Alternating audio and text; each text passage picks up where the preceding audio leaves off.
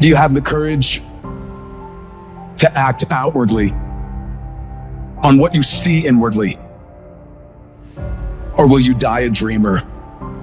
Will you die on the verge and on the edge? And in the land of could've, would've, and should've? It takes courage to be successful. It is far easier not to be successful. Misery will always have company. Success breeds contempt. If you don't want to make waves, be mediocre, be normal, and fit in. And if you're more concerned about people than you are about your dreams, just fit in with everybody else. Dress like them, walk like them, act like them, eat like them, go where they go, think like they think, do what they do. And once you have neutralized your uniqueness, you don't need courage.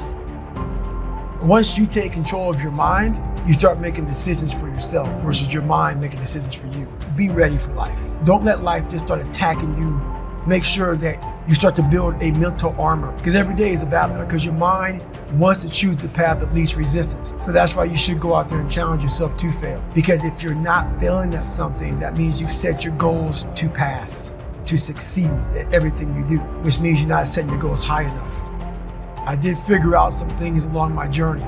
So if I kept myself introverted and closed in, no one would ever, realize, man, that big, hard, tough guy over there, man, he's just some superhuman, and they put a title on me. This way, I have to break myself down, let people know that anyone can be who they want to be.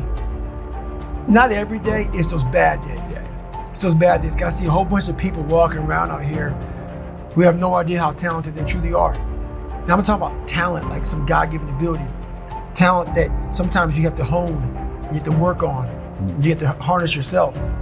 And they just walk around just on their phones, just clueless to how powerful they are. Because every day is a battle. Every day is a battle because your mind wants to choose the path of least resistance. Every day. But you don't become better by ever doing that. You become normal. And I don't want to be normal. So it may not be a life for everybody, but I find a lot of peace in not being normal in my life.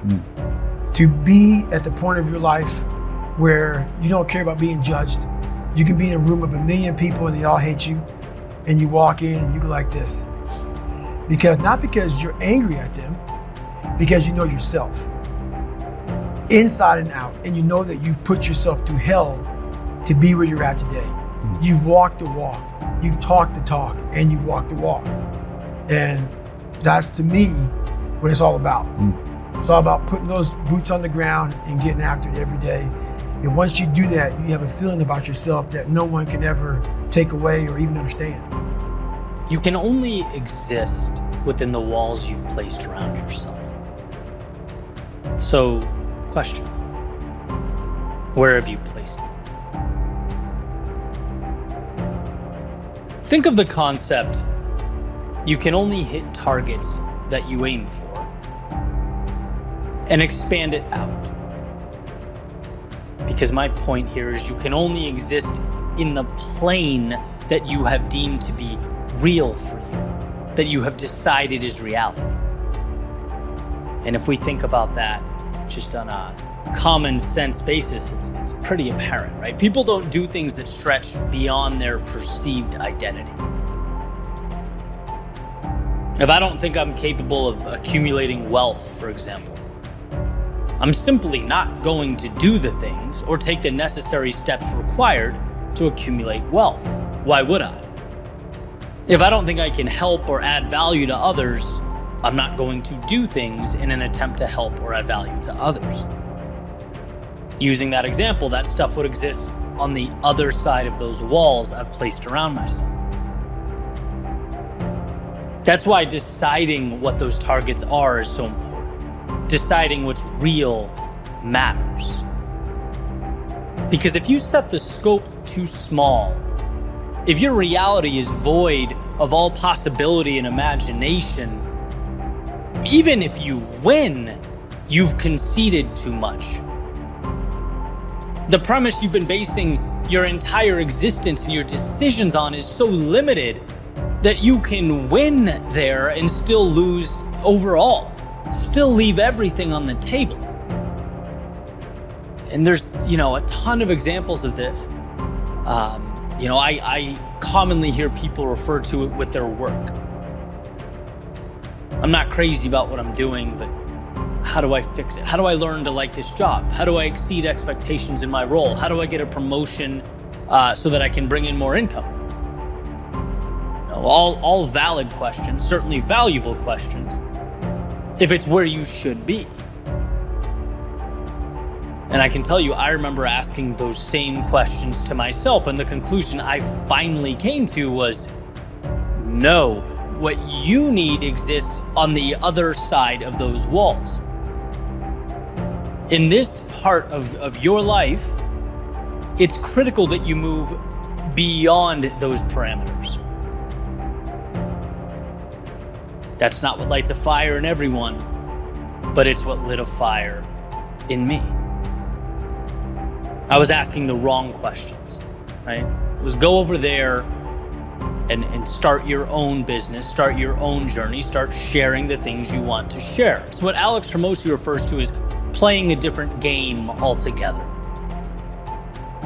And it's kind of a weird concept to grasp, that you can win the game you're playing and still end up losing, because you never thought to look for more. You never ventured to peer out over what was directly in front of you. This is a matter of self-reflection at its finest, because you'd never see those walls unless you really took the time to think about it, to be alone with yourself and ask those questions. It's the fun what ifs.